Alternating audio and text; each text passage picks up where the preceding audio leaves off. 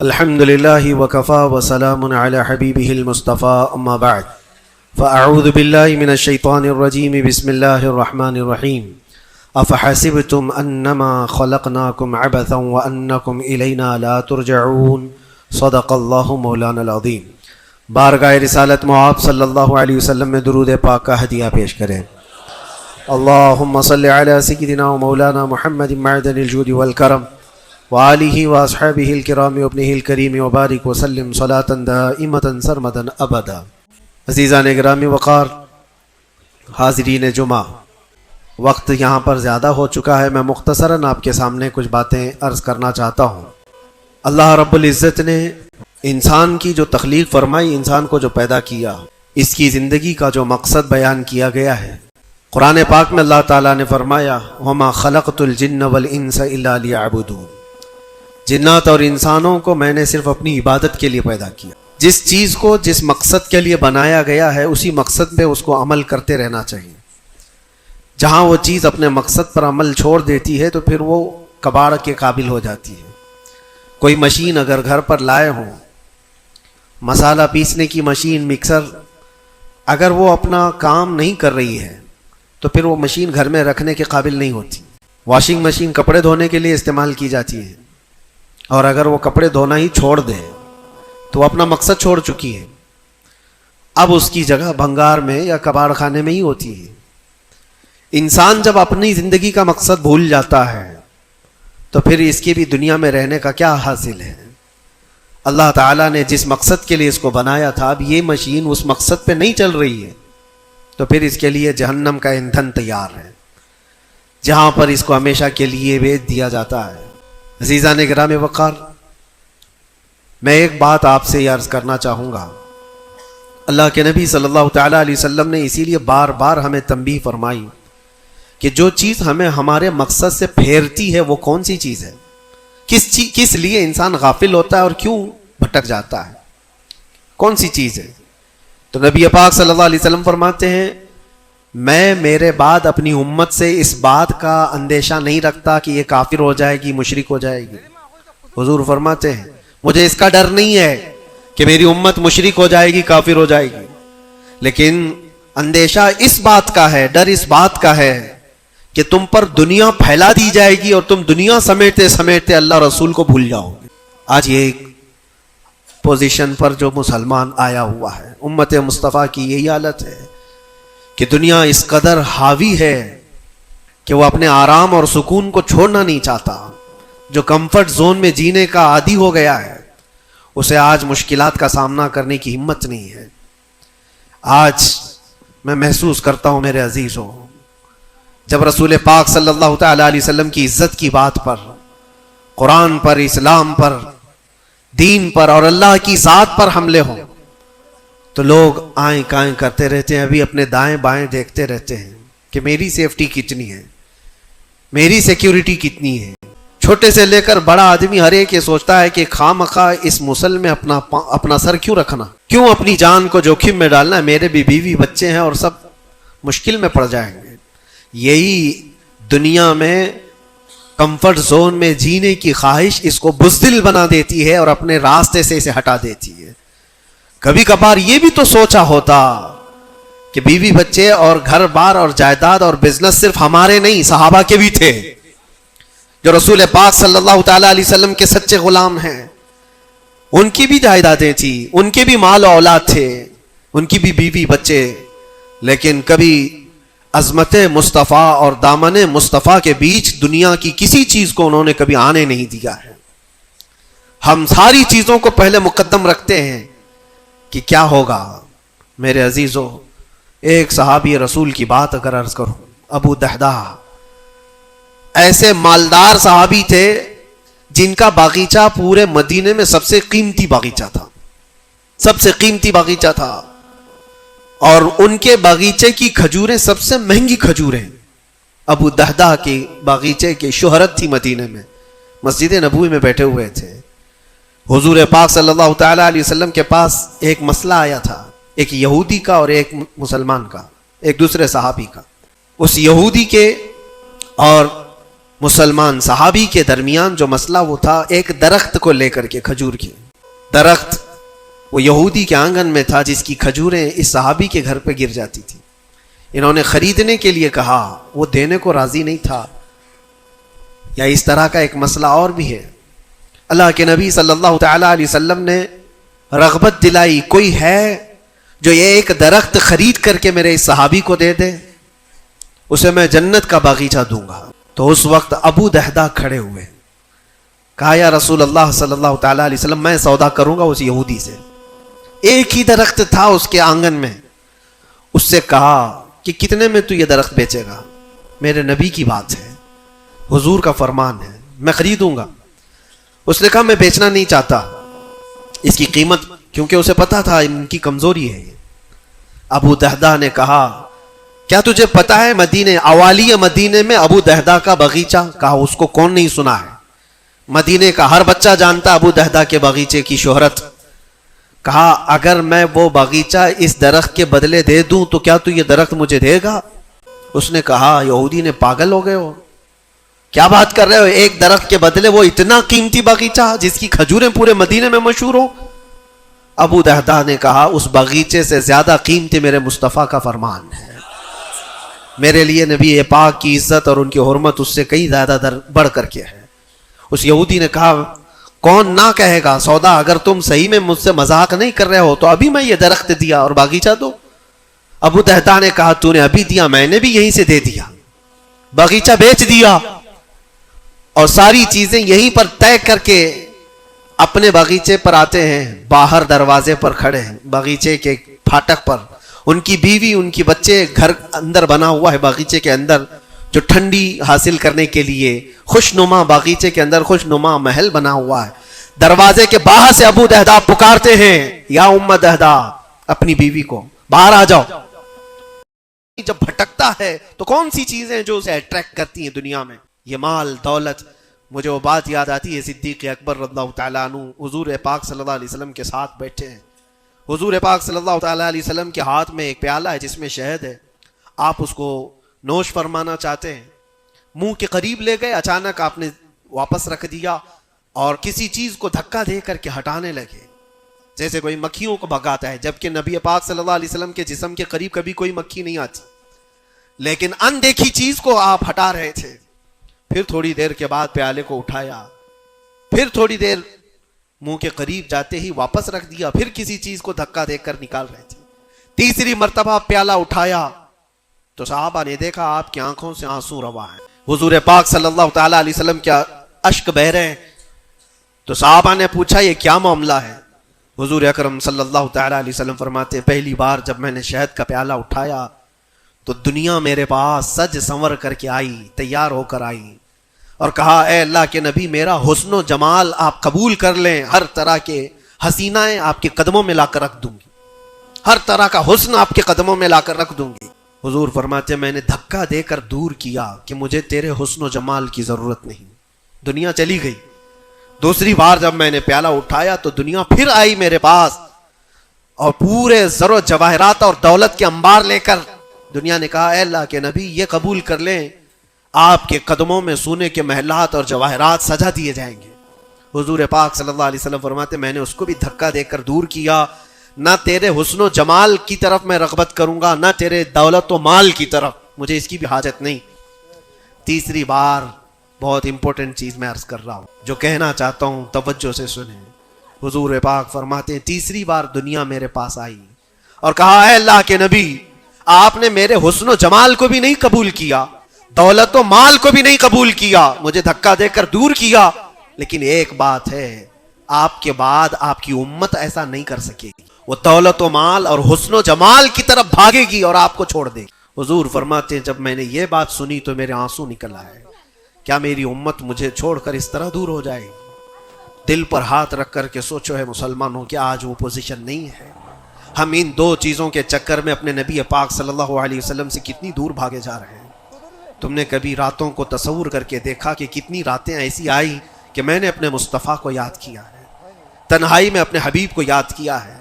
اس رسول کا حال تو یہ تھا، ماں عائشہ صدیقہ فرماتی ایک رات ایسی نہیں گئی جس میں رسول پاک صلی اللہ علیہ وسلم اپنی امت کے لیے دعا نہ کرتے ہوں.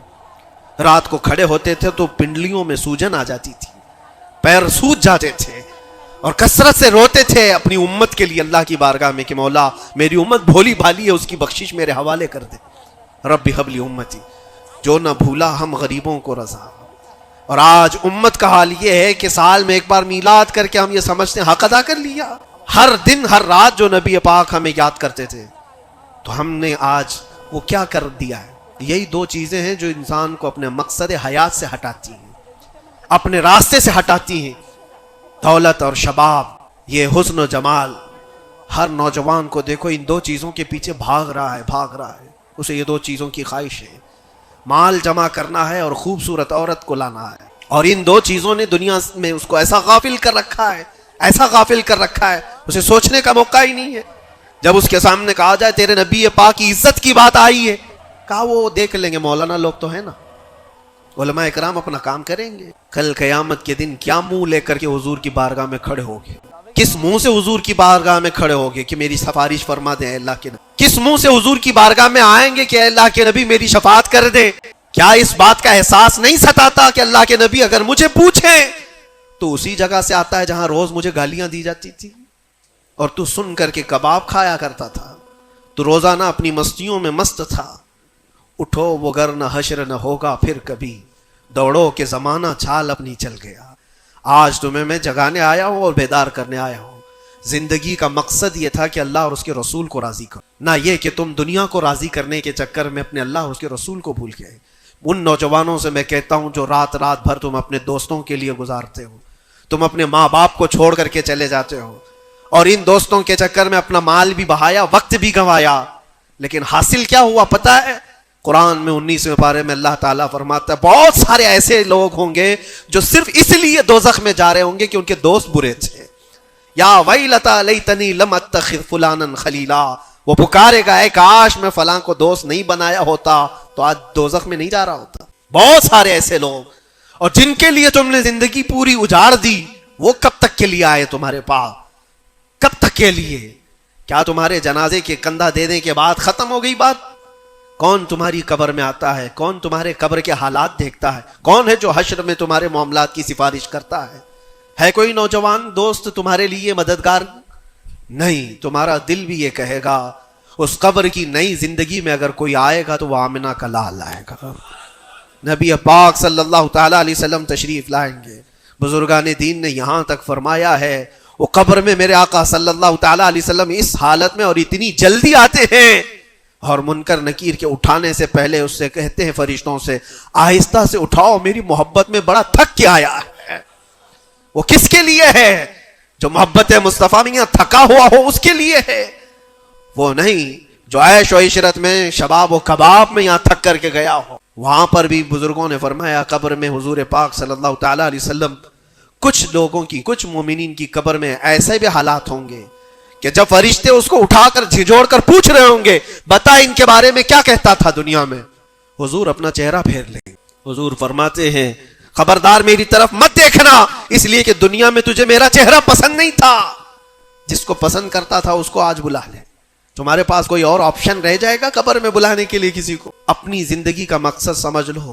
جتنے لوگ ڈائیورٹ کرتے ہیں ادھر ادھر، ان کی طرف توجہ نہ کرو۔ کبھی آپ گاڑی چلا رہے ہو، جو لوگ گاڑی میں بیٹھے ہو ان کو اچھی طرح سے معلوم ہونا چاہیے، اگر یہاں سے نکلیں آپ پونا جانا چاہتے ہیں، تقریباً 150-200 کلومیٹر کا فاصلہ ہے، راستے میں بہت سارے مناظر آتے ہیں، بہت سارے اچھے منظر دیکھنے کو ملتے ہیں، کبھی پہاڑیاں ہیں، کبھی درخت ہیں، کبھی جھیل ہے، کبھی کچھ ہے، کبھی کچھ ہے۔ تو کیا اس راستے پہ گزرتے ہوئے جو چیز اچھی لگ جائے وہیں رک جاتے ہو؟ تمہیں پتا ہے نہیں مجھے تو پونا پہنچنا ہے 2 گھنٹے کے اندر، میرا راستہ آگے، میری منزل آگے ہے۔ جتنے درخت آئے خوبصورت دیکھ لیا چل پڑا، پہاڑ آئے دیکھ لیا چل پڑا۔ دنیا کا سفر ایسی ہی ہے، جتنی چیزیں شہوتیں تمہیں اپنی طرف بلاتی ہیں، اگر نظر پڑ گئی تو نیچے کرو اور آگے بڑھ جاؤ۔ تمہاری منزل یہ شہوتیں نہیں ہیں، تمہاری منزل تو اللہ کے نبی کے ساتھ جنت میں جانا ہے، تمہاری منزل وہ ہے۔ اور جو اپنی منزل کو نہیں پہچانا ہے وہ یہیں پر ڈائیورٹ ہو کر کے رہ جاتا ہے۔ اپنے اصلی مقصد پر کامیاب ہونے کے لیے ایک فارمولا میں آپ کو بتاؤں، کیسے بھی حالات ہو۔ کچھ لوگ یہ سوچتے ہیں کہ زندگی میں حالات بدل گئے، گناہوں کی طرف چل پڑے، کبھی خواہشات نے انگڑائیاں لی، میں نفس کا شکار ہو گیا، فلاں کام کر لیا، فلاں کام کر لیا۔ کون انسان ایسا ہے جو خطا نہیں کرتا؟ انسانوں میں خطا ہے، نبیوں کو چھوڑ کر۔ لیکن میرے عزیزوں، اس کا مطلب یہ نہیں ہے کہ تم مایوس ہو کر کے انہی کاموں میں لگ جاؤ۔ کل کی رات ہی میں دیکھ رہا تھا، یہ موبائل جو تمہارے ہاتھ میں ہے بہت ساری نصیحت کر جائے گا۔ تم موبائل اپنے ہاتھوں میں لیے رہتے ہو، کوئی بھی آج شاید اس موبائل سے خالی نہیں۔ آپ کو پتا ہے اس موبائل کا اصلی مقصد کیا ہے؟ کیوں بنایا گیا اس کو؟ فون، رابطہ کرنے کے لیے ایک دوسرے کے، یہی بیسک اس کا مقصد، جو بنیادی مقصد ہے وہ یہ ہے کہ آپ کسی سے رابطہ کرنا چاہیں گے، نمبر لگائیں گے، ادھر چلا جائے گا اور آپ بیٹھ کر بات کر لیں گے۔ یہی بیسک مقصد تو یہ ہے، یہ بنیادی مقصد ہے اس فون کا۔ میں یہی سوچ رہا تھا، یہ فون آج بھی اتنا عقل مند ہے، یہ اپنے بیسک مقصد کو جانتا ہے، لیکن دنیا میں ترقیات کے آتے آتے اس میں بہت ساری چیزیں ایڈ ہو گئی۔ موبائل کے اندر پھر کیلکولیٹر بھی آ گیا، موبائل کے اندر پھر فوٹو لینے کا مقصد تو یہ ہے، یہ بنیادی مقصد ہے اس فون کا۔ میں یہی سوچ رہا تھا، یہ فون آج بھی اتنا عقل مند ہے، یہ اپنے بیسک مقصد کو جانتا ہے، لیکن دنیا میں ترقیات کے آتے آتے اس میں بہت ساری چیزیں ایڈ ہو گئی۔ موبائل کے اندر پھر کیلکولیٹر بھی آ گیا، موبائل کے اندر پھر فوٹو لینے کا کیمرہ بھی آ گیا، ویڈیو بھی آ گئے۔ اب اس کے بعد چلتے چلتے اب تو سوشل میڈیا پورا آ گیا۔ اب سوشل میڈیا کی سائٹس بھی آپ کنٹینیو کھول کر کے بیٹھے رہتے۔ ایک بات مجھے بتانا، سب جانتے ہیں، آپ فیس بک دیکھ رہے ہو، انسٹاگرام دیکھ رہے ہو، واٹس ایپ کھولے ہوئے ہو، یا یوٹیوب میں کوئی ویڈیو بھی دیکھ رہے ہو، کچھ بھی کر رہے ہو، لیکن اگر کسی دوست نے آپ کے فون لگایا تو یہ ساری چیزیں بند کرتا ہے اور پہلے گھنٹی بجا کر بتاتا ہے تمہارا فون آیا۔ موبائل اپنے کام پہ ہے، اس کا اپنا بنیادی مقصد وہ چھوڑا نہیں ہے، اس میں بہت ساری چیزیں ایڈ ہو گئی، اور شاید چاہے جتنی بھی ایڈ ہوں لیکن فون آنا جانا یہ کبھی بند نہیں کرے گا۔ جو انکمنگ ہے، فون کسی نے لگایا ہے تو یہ تمہیں بتا دے گا، الارم ہوتا ہے، ایسا نہیں ہے آپ کی ویڈیو چل رہی ہو، یوٹیوب چل رہا ہے، کچھ بھی چل رہا ہو، فون اگر آیا تو وہ چیز روک دے گا اور پھر فون کا الارم تمہیں بتائے گا۔ یہ اپنے بنیادی مقصد پر چل رہا ہے۔ تمہاری زندگی میں چاہے جتنی بھی چیزیں ایڈ ہو جائیں، جس وقت اذان ہو جائے تمہیں سمجھ جانا چاہیے میرا مولا بلا رہا ہے، میرے اصلی مقصد کے لیے میں جو دنیا میں ہوں وہ اللہ کی عبادت کے لیے ہے۔ میرے رب کا فرمان، میرے رب کا اعلان آ چکا ہے، چھوڑو ساری چیزیں، جتنی بھی چیزیں ایڈ ہو جائیں اس چیز کو روکنا۔ اچھا، اور دوسری ایک چیز یہ بھی ہے اس موبائل کی، میں محسوس کر رہا تھا، یہ بہت اچھا ہے بیچارہ، یہ موبائل اپنے مقصد پر کامیاب ہے، اس لیے کہ اس کو کبھی کسی کے ہاتھ میں دو تو ہی گندا بنتا ہے۔ جب تک اس کو کوئی چلاتا نہیں ہے، تم چلاؤ گے، اندر گھسو گے، بہت ساری چیزوں میں داخل ہوتے رہو گے، پتہ نہیں کیا کیا کھولتے رہو گے، وہ سب چیزیں وہ کرتا چلا جائے گا۔ لیکن اس کو کہیں بستر پر پٹک کر کے چھوڑ دو، وہ کبھی گندگی نہیں کرتا، خود سے ایسے نہیں ہے کہ وہ ویڈیو کھول کے چالو ہو جائے گا، وہ موبائل خود سے کسی کو ویڈیو نہیں دکھاتا، خود سے کسی کو فوٹو نہیں دکھاتا، لیکن اس کو بستر پر ایسی پڑے رکھے رہو، وہ دوسری گندی چیزیں تو نہیں دکھائے گا جب تک تم ٹچ نہیں کرو گے، لیکن وہاں پڑے رہنے کے وقت بھی فون کسی کا آیا تب بھی بچ کے دکھائے گا۔ پتہ ہی یہ چلتا ہے اس سے کہ دوسروں کے ہاتھ میں جاتا ہے اور کوئی دوسرا چلاتا ہے تب یہ بے حیائی دکھاتا ہے۔ تم اس بات کی اپنے آپ کی ذمہ داری لے لو، تم کسی کے ہاتھ کا کھلونا نہ بنو، دوست تمہارے ساتھ کھیلیں گے اور دنیا تمہارے ساتھ کھیلے گی، عیش و عشرت کی تمہاری خواہشات یہ سب دنیا ڈالتی ہے۔ اگر یہ ساری دنیا سے ہٹا کر اپنے آپ کو اللہ اس کے رسول کے سپرد کرو، دیکھو کبھی تمہاری زندگی میں تمہارے جسم سے بے حیائیاں نہیں آ سکتی، نہیں آئیں گی۔ یہ جسم، اللہ، اس جسم کا مالک کون ہے؟ اللہ ہے، اور ہماری گردنوں کی اوپر اگر کسی کا حکم ہے تو وہ رسول اللہ کا ہے۔ اگر زندگی میں تم نے یہ طے کر لیا میں اللہ کا بندہ ہوں، اللہ نے مجھے بنایا ہے، میری گردن اللہ کے نبی کی عزت کے لیے ہے، سپرد کر دیا اپنے آپ کو، تو بے حیائیاں تمہارے اندر نہیں آئیں گی۔ ہاں، ہوتا یہ ہے کہ تم نے اپنے آپ کو دوسروں کے سامنے پیش کیا ہے، دوستوں کے سامنے، ارے کس کو تم جان جان کہتے رہتے ہو، تو میری جان ہے، میں تیری جان ہوں، پتہ نہیں کتنوں کو جان کہا ہے اور کوئی جان کسی کے کام کی نہیں ہے، کسی کے کام کی نہیں ہے۔ لیکن ایک بات جن صحابہ نے کہا، فدا کا بھی وہ امی یا رسول اللہ، اے اللہ کے رسول میرے ماں باپ آپ پر قربان، میری جان آپ پر قربان۔ یہاں دوست کو یا بیوی کو یا محبوبہ کو جان کہا تو بدلے میں اس نے پھوٹی کوڑی بھی نہیں دی ہے، زندگی میں سوائے دکھ اور غم کے کچھ نہیں ملا جان سے، لیکن مصطفیٰ کریم کو جس نے یہ کہا میری جان آپ کے حوالے ہے، اللہ کے نبی نے ان کو ذرے سے اٹھا کر کے آسمان کا تارا بنا دیا، ایک عرب نے آدمی کا بول بالا کر دیا، خاک کے ذروں کو ہمدوش سریا کر دیا، خود نہ تھے جو راہ پر اوروں کے ہادی بن گئے، کیا نظر تھی جس نے مردوں کو مسیحا کر دیا۔ نبی پاک صلی اللہ تعالیٰ علیہ وسلم کے حوالے اپنے آپ کو کر کے تو دیکھو، پھر تمہیں کہاں سے کہاں پہنچایا جائے گا۔ آج دنیا مجھے پہچانتی ہے تو میرے باپ کے نام سے نہیں، عظمت مصطفیٰ کے نام سے پہچانتی ہے، قدم مصطفیٰ کی برکت سے پہچانتی ہے۔